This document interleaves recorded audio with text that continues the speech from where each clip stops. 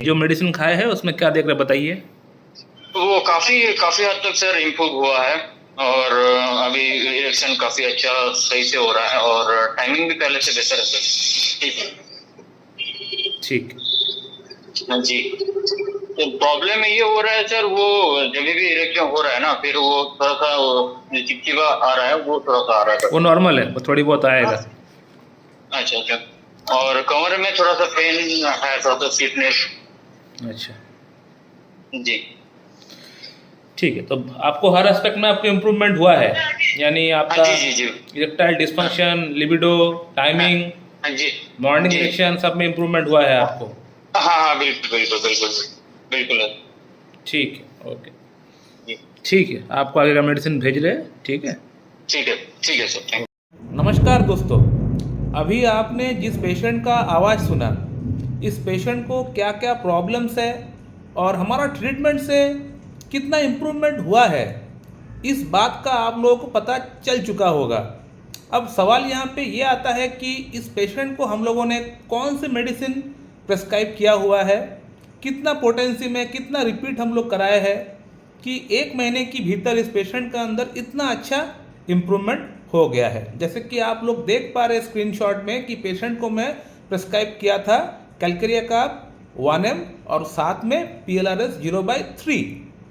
अब यहाँ पे बहुत लोग ये सवाल करेंगे, मुझे पता है, जो लोग जूनियर डॉक्टर्स है या फिर स्टूडेंट्स है या फिर होम्योपैथी में जो लोग रुचि रखते हैं, तो वे लोग क्वेश्चन करते हैं मुझसे कि सर आपने इस पेशेंट को ऐसा दिया, इस पेशेंट को ऐसा क्यों नहीं दिया। तो क्वेश्चन करते हैं मुझे, जो कि मुझे अच्छा भी लगता है। तो अब यहाँ पे ये सवाल ये आता है कि इस पेशेंट को मैं LM पोटेंसी में कैलकेरिया काप ना देकर क्यों 1M पोटेंसी में दिया।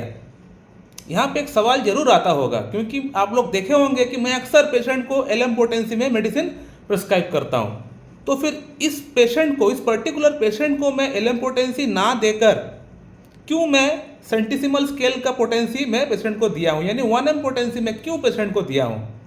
तो ये एक क्वेश्चन है, इसका आंसर मैं आप लोगों को देना चाहूँगा कि पेशेंट को कब LM पोटेंसी में देना चाहिए और कब सेंटिसिमल स्केल में, यानी 1M 10M 50M में कब देना चाहिए। दोस्तों, जो भी पेशेंट आपके पास आता है कोई प्रॉब्लम को लेकर और उस प्रॉब्लम को शुरू हुए, सपोज मान लेते हैं कि 1 साल से कम वक्त का अगर टाइम हुआ है, तो उसको हम लोग मानेंगे ये एक्यूट प्रॉब्लम है।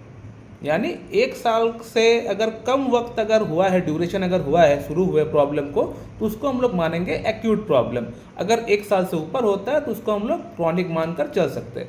तो ऐसा कोई प्रॉब्लम जिसको शुरू हुए अभी तक 1 साल नहीं हुआ, उसको हम लोग मानेंगे एक्यूट प्रॉब्लम। तो एक्यूट प्रॉब्लम के लिए हमेशा सेंटिसिमल स्केल की जो मेडिसिन होती है ये अच्छा काम करता है in place of LM potency.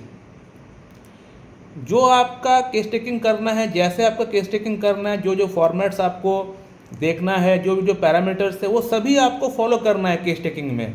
वो सब कुछ आपको देखना है। देखने के बाद जो दवा का सिलेक्शन आपको करना है, जो करने का आपको इच्छा हो रहा है, जो मन हो रहा है आपको, वो दवा आप करिए। लेकिन LM पोटेंसी में ना करके अगर उसको आप सेंटिसिमल में करेंगे तो ये बेहतर काम करेगा, अच्छा काम करेगा, ऐसा देखा गया है। क्योंकि एक्यूट केसेस के भीतर वही दवा, जो दवा आप सिलेक्शन किए हैं, वो सेंटिसिमल स्केल में अच्छा काम करता है in place of LM potency.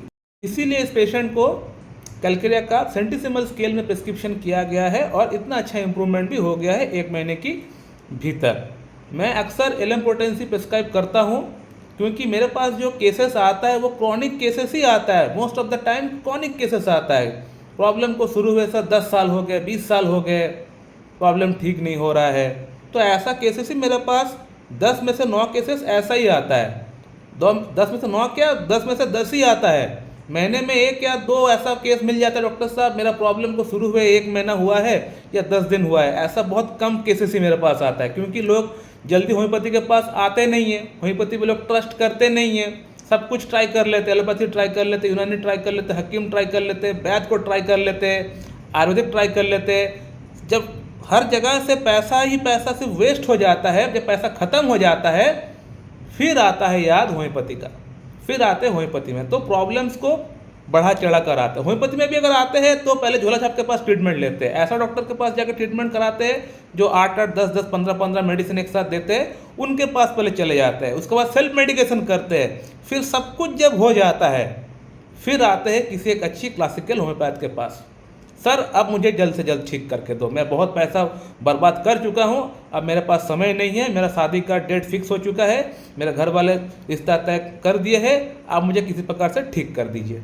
फिर ये पेशेंट का कहना होता है। सो व्हाटएवर जो भी है, इस केस में अब बात करते हैं। तो इसीलिए इस पेशेंट को कैलकेरिया कार्प सेंटीसिमल स्केल में दिया गया है, क्योंकि इनका प्रॉब्लम बहुत पुराना नहीं है। पेशेंट को इसीलिए एलएम पोटेंसी की जगह में पेशेंट को कैलकेरिया कार्प 1M में दिया हूँ, यानी सेंटीसिमल स्केल में दिया हूँ।